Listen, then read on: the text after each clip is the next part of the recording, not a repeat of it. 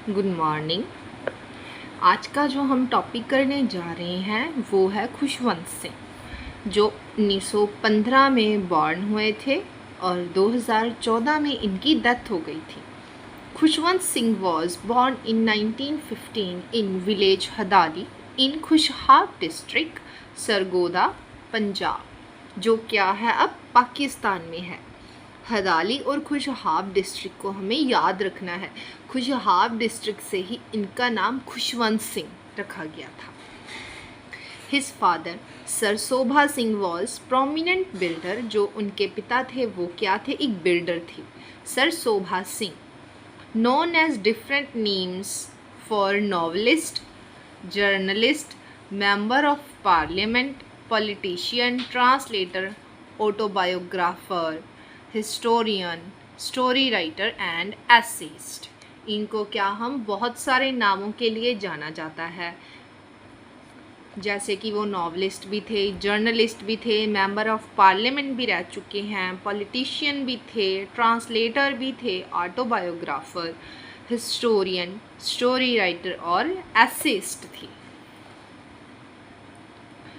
Like his career, he was also involved in different professions like lawyer, diplomacy, radio broadcasting, journalist and politics।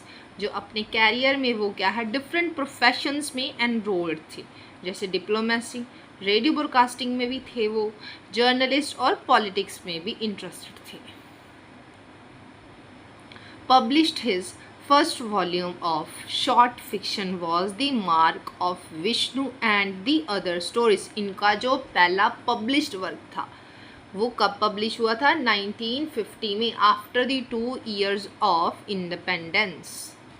और इनकी autobiography का क्या नाम है, truth, love and little मलाइस। यहाँ पर मलाइस क्या क्या मतलब है, जैसे हम किसी को जानबूझकर कोई ताना कसते हैं, कोई व्यंग मारते हैं, जैसे किसी को जानबूझकर हर्ट करते हैं अपनी बात से इन अ फनी वे, हम कह सकते हैं मलाइस। और इनका निकनेम क्या था, खुशहान सिंह एंड शैले। जो शैले है ये इनका मोस्ट इम्पॉर्टेंट निकनेम है, ये एग्ज़ाम पॉइंट ऑफ व्यू से भी हमारे लिए इम्पॉर्टेंट है। His epitaph runs as, "Here lies one who spared neither man nor God, waste not your tears on him. He was a sot, writing nasty things he regarded as a great fun.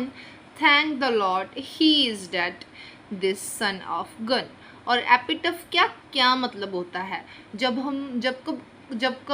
कोई इंसान मर जाता है ना, तब जो उसकी कब्र पर पत्थर होता है, उस पत्थर के ऊपर उस इंसान के लिए कुछ लिखा जाता है उसकी याद में, तो उस पत्थर को क्या कहा जाता है, एपिटफ कहा जाता है, एपिटफ। और इनका एपिटफ क्या है, here lies the one who spared neither man और नॉट गॉड। क्योंकि हम ऊपर पढ़कर आए ना, इनकी आदत क्या थी, ये व्यंग कसते थे, हास्य मजाक में व्यंग मारते थे दूसरे लोगों को। यहाँ पर क्या लिखा है कि यहाँ पर वो बंदा मरा है, हियर लाइज अ मैन, जिसने ना तो परमात्मा को छोड़ा ना ही आदमी को छोड़ा।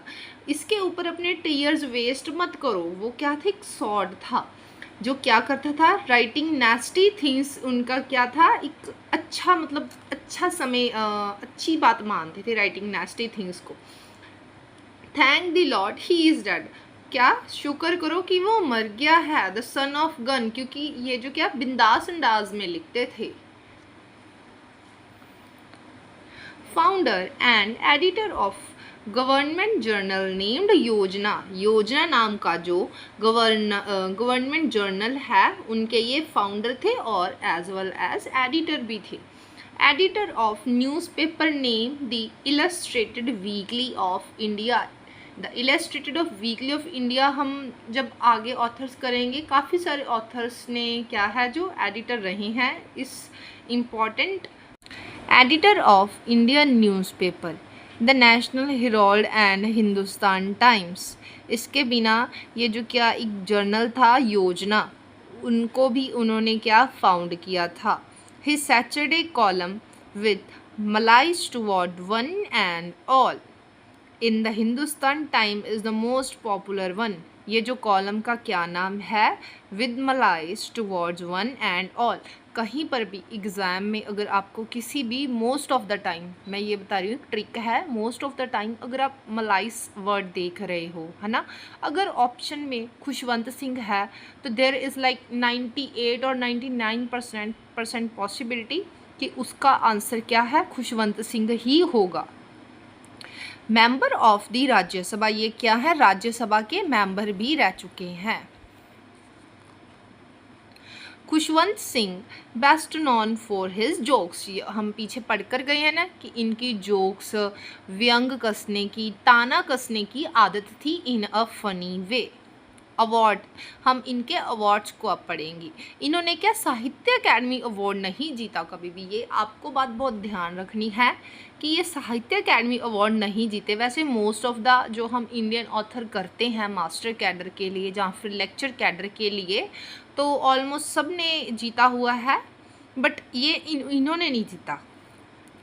और इन्हें क्या, Padma Bhushan by government of India in 1974 में इन्होंने क्या, पद्म भूषण जीता, बट वापस कर दिया था। वापस क्यों किया था, जो ब्लू स्टार ऑपरेशन था ऑन द गोल्डन टेम्पल, इसके लिए इन्होंने क्या, इसे वापस कर दिया था। Also he was awarded with the Punjab Ratna Award from the government of Punjab in 2006।